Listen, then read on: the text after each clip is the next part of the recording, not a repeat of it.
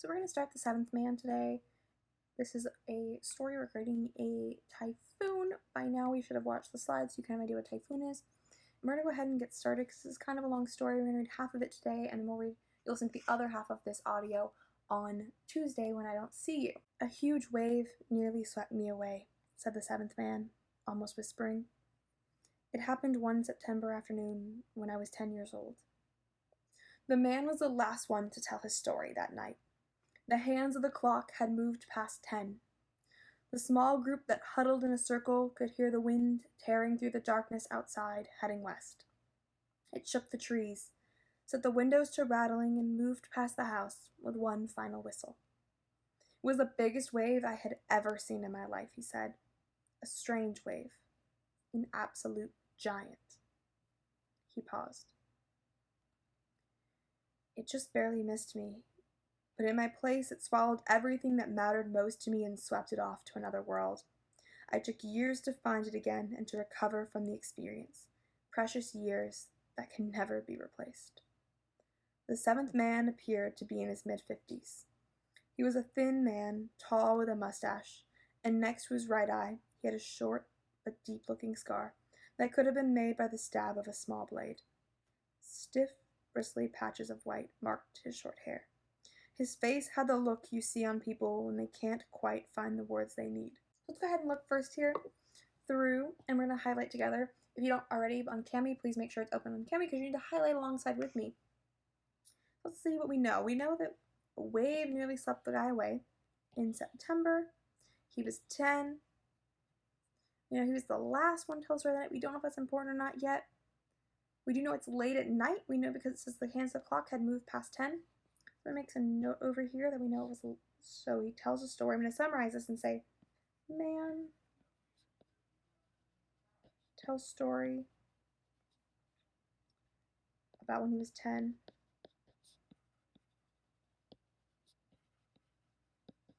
Okay.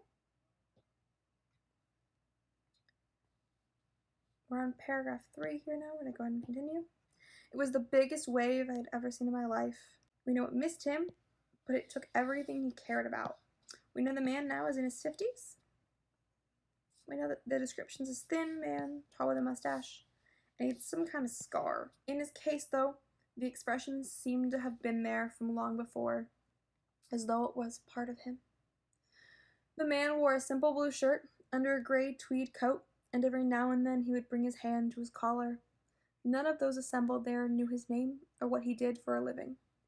He cleared his throat, and for a moment or two his words were lost in silence. The others waited for him to go on. In my case, it was a wave, he said. There's no way for me to tell, of course, what it will be for each of you. But in my case, it just happened to take the form of a gigantic wave. It presented itself to me all of a sudden one day, without warning. And it was devastating. So in the corner over here, I'll take a moment and kind of I'd like you to write a prediction about what you think is going to happen based off of just that short part of this story. So take a second, write a couple sentences about what you think is going to happen here.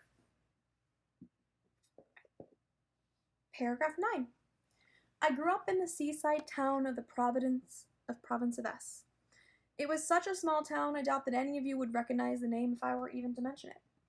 My father was a local doctor, and so I led a rather comfortable childhood. Ever since I could remember, my best friend was a boy I'll call Kay. His house was close to ours, and he was a grade behind me in school. We were like brothers, walking to and from school together, and always playing together when we got home. We never once fought during our long friendship. I did have a brother, 6 years older, but what with the age difference and differences in our personality, we were never very close. My real brotherly affection went to my friend Kay. Kay was a frail, skinny little thing with a pale complexion and a face almost pretty enough to be a girl's. He had some kind of speech impediment, though, which might have made him seem retarded to anyone who didn't know him.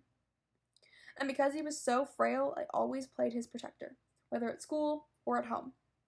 I was kind of big and athletic, and the other kids all looked up to me. But the main reason I enjoyed spending time with Kay was that he was such a sweet, pure-hearted boy.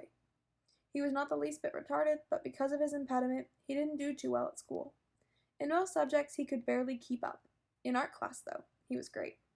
Just give him a pencil or paint, and he would make pictures that were so full of life that even the teacher was amazed.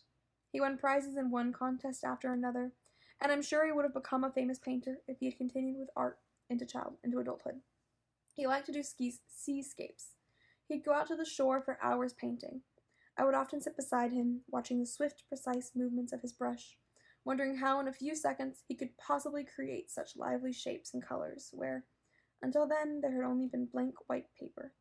I realize now that it was a matter of pure talent. Let's go back through these two paragraphs here and see what we can create a description of Kay, his friend. So we know, first of all, we know his best friend's name is Kay. We know he lived by the narrator and was a grade younger. They considered themselves brothers, and they really didn't fight much. We know he's frail and skinny, he was pale, and he was quite pretty for a boy. He had some kind of speech impediment, and by speech impediment it means something like either he stuttered, he had a lisp, he might have stammered when he spoke, but something that when he spoke, it was clear that his speaking wasn't fluid. He was super frail, and that people clearly made fun of him, and so his best friend, the narrator, was his protector. We know that Kay was sweet and pure-hearted. And we know that he was a really talented artist. We know that he painted seascapes, and that he would spend hours painting the shore. So Kay over here, to just summarize Kay has trouble with his speech, small, gets made fun of, but is a very talented artist.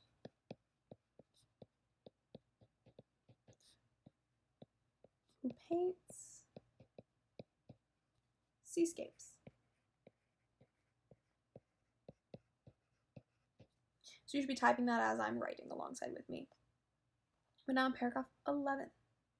In 1 year, in September, a huge typhoon hit our area. That's probably going to be important. The radio said it was going to be the worst in 10 years.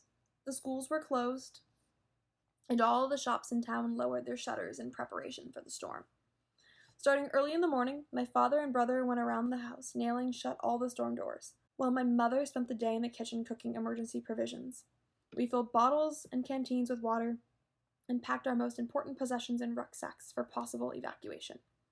To the adults, typhoons were an annoyance and a threat they had to face almost annually, but to kids, removed as such we were from practical concerns, it was just a great big circus, a wonderful source of excitement. Just after noon, the color of the sky began to change all of a sudden. There was something strange and unreal about it. I stayed outside on the porch, watching the sky, until the wind began to howl and the rain began to beat against the house with the weird, dry sound like handfuls of sand. Then we closed the storm door and gathered together in one room of the darkened house, listening to the radio.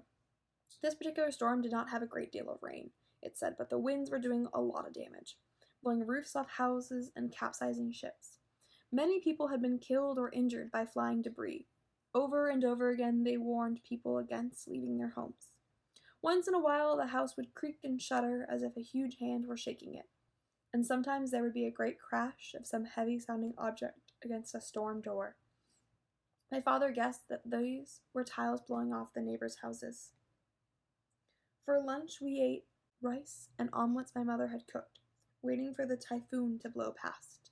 So I'd like you guys to go ahead and do the close read that's listed over here, where I'd like you to annotate at least 4 vivid details about the storm and underline those that compare one thing to another. So I'd like you to go ahead and do this now. Take a minute or so and go ahead and do that now. Alright, paragraph 13. But the typhoon gave no sign of blowing past.